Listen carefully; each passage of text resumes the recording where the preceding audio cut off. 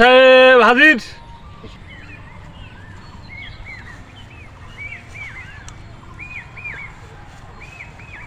আদালতের কাজ যখন শুরু করা হোক। আসামি হাজির। কাঠগড়ে থাকো।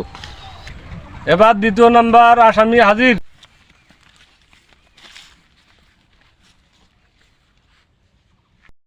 আপনারা যে আদালতে আসছেন, আপনাদের সমস্যা কি একটু খুলে বলবেন আমাকে? হুজুর, আজকে যে বিচার নিয়ে আসছি এখানে আমার মক্কেল নির্দোষ। হুজুর, ওনার আসামি কিভাবে নির্দোষ? Objection overrule. আপনি বলুন। হুজুর, এই যে জয় মিয়া, ইনি ধান খেতে একটা পোকাও মারেনি, এখন ওনার আসামি সব পোকাই মারছে, এখন এটার বিচার করেন। আচ্ছা ঠিক আছে, আমি বিচার করতেছি। হুজুর, আমার মক্কেল চাঁদ মিয়া কোনো বাড়িতে কোনো পোকাই মারে নাই, যা পোকা মারছে এই জয় মিয়াই মারছে। না হুজুর, না, এটা ঠিক না, আমার মক্কেল নির্দোষ, ও পোকা মারেনি, এরা মিথ্যা কথা বলতেছে। না না না, এটা তো আমি বিশ্বাস করি না, আমার মক্কেল কোনো ভাবে মারতে পারে না। আমার কাছে প্রমাণ স্বরূপ আছে। আমাদেরও কাছে তো প্রমাণ আছে নাকি? এই দেখেন, এই দেখেন, এইখানে দেখেন। হুজুর, আমার কাছেও তো প্রমাণ আছে, এই নেন। হুজুর, সব এগুলো মিথ্যা।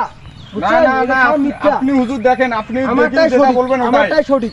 আমার মক্কেল কোনোভাবেই ও বাড়ির পোকা মারতে পারে না। আরে বয়রা কয় কি শুনে পায়? বয়রা, হুজুর বয়রা, দেখছেন না হেডফোন লাগাইছে কানে, বুঝা পায় কিছু? আমার মক্কেল জয় মিয়া নির্দোষ। না না না, আমার মক্কেল চাঁদ মিয়া নির্দোষ, এটা আমি আপনি খাতায় কলমে লিখে দেবো। Order order order order. আপনারা থামুন, আমি বিষয়টা দেখতেছি। জীবন থামা। সমস্ত সাক্ষ্য প্রমাণের ভিত্তিতে আমি উপস্থিতি প্রমাণ করতেছি যে আসামি জয় মিয়া ও আসামি চান মিয়া উভয়ই নির্দোষ। তবে আমি বিষয়টা প্রথম করে দেখছি যে এই মামলাটা আগামী মাসের 21 তারিখে আবারও বলবো, ততক্ষণ আমি বিষয়টা খতিয়ে দেখব। এই প্রথম আমি দেখলাম ধান ক্ষেতের পোকা নিয়ে জয় মিয়া ও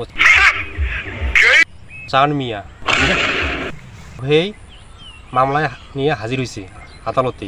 তো বিষয়টা আমি নিয়ে খুবই চিন্তিত।